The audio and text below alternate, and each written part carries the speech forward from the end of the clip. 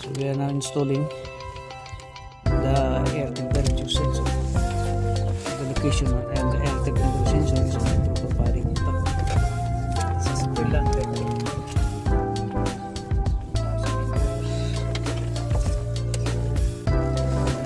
Pinahigit natin is meron siyang lumalabas ang temperature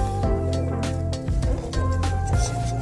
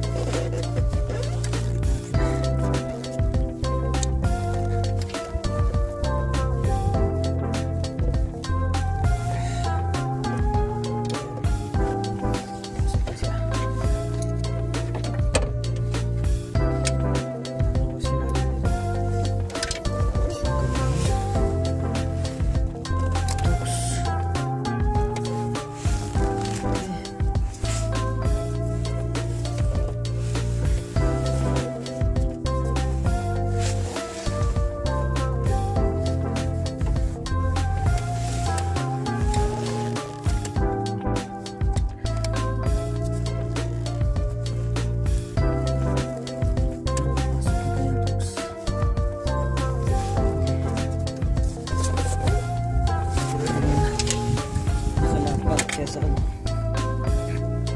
yan, patlapat na siya dyan.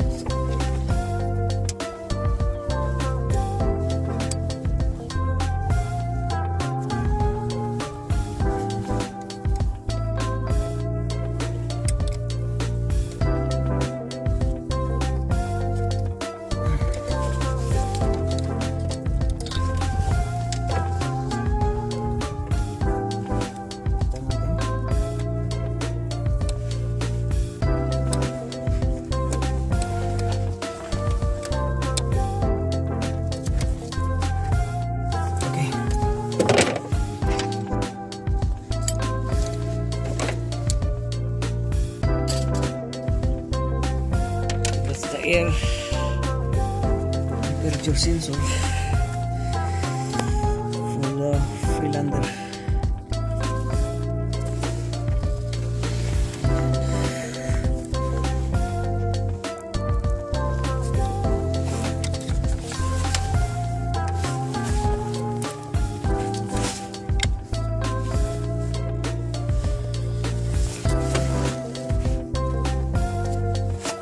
Isa air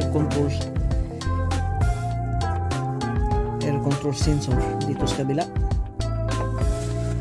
Kabitin natin. So ito yung lumalabas sa ano, no? Ito ang air temperature sensor on top of the throttle body. Ito nakalagay location on top of the throttle body, and this is Freelander. Again, this is Freelander 2 2008 model. So, and then nag-change tayo ng ito air temperature sensor kasi lumalabas sa ating diagnostics.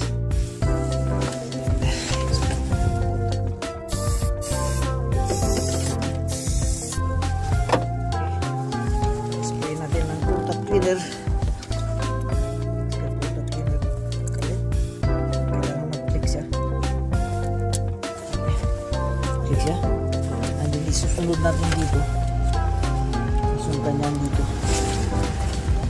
Ganyan airflow sensor which is dito sa ito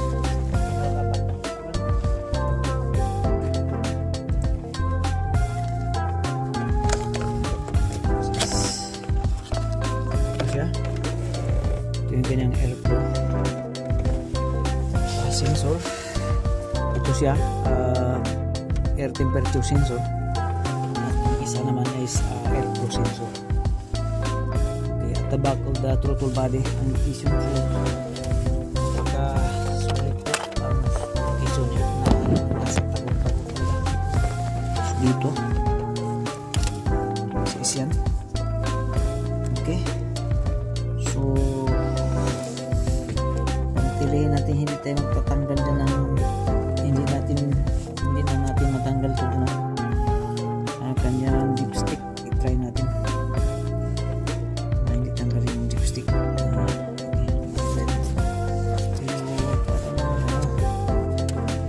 talaga yata matanggal yung dipstick para hindi tayong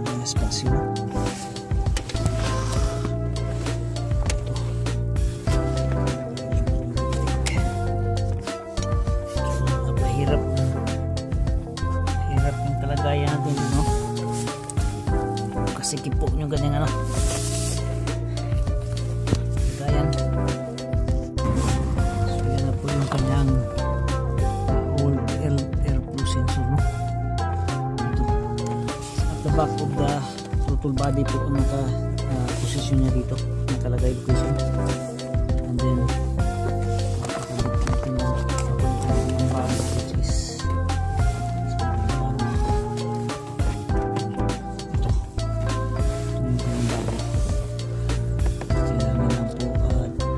pins niya, the same pins. That's the new one there. Okay.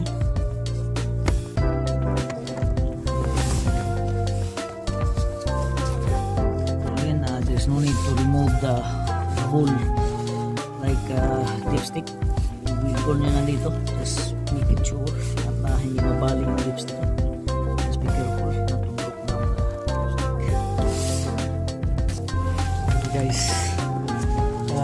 Connected airflow sensor and then the air temperature sensor, and then we gonna start the engine. We'll see everything coming back again.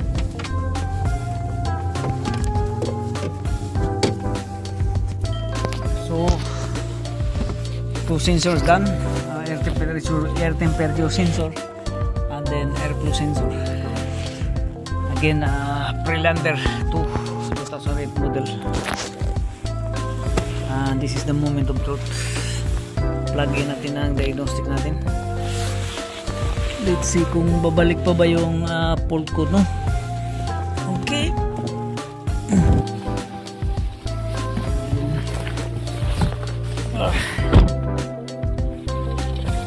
Tunon natin second position yung kanina, no?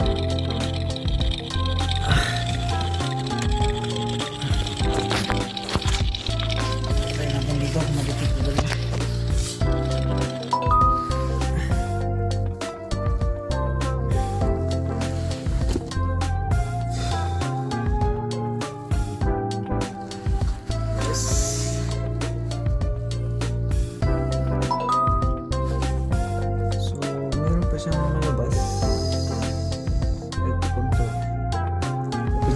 Open circuit kasi dinisconnect kasi natin yun, so clear natin.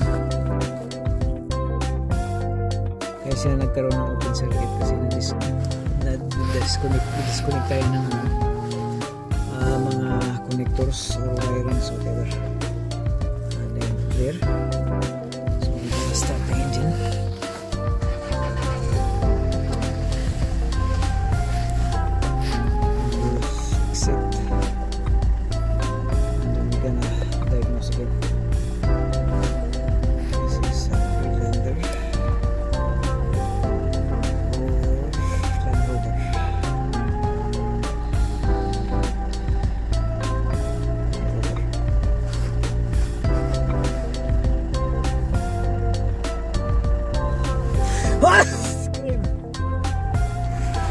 Automatic search.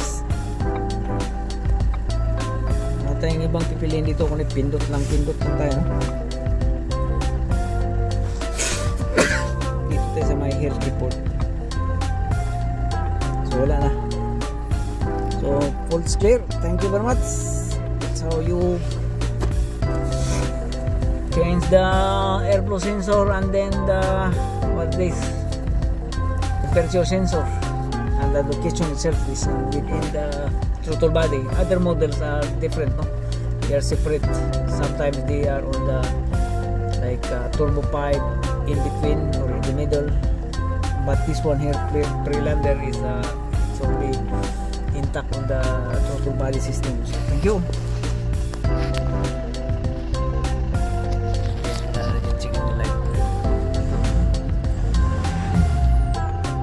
Natin kung aabot pa siya ng 4,000. Yeah, explain. Okay. Turbo is okay. Pagka pinindot yung accelerator pedal, and then aabot lang siya ng mga 2,000 RPM or 3,000 RPM. That means the there's something wrong with the turbo system, no? But ito ngayon is aabot siya ng 4,000. That means the turbo and everything is okay. So thank you very much.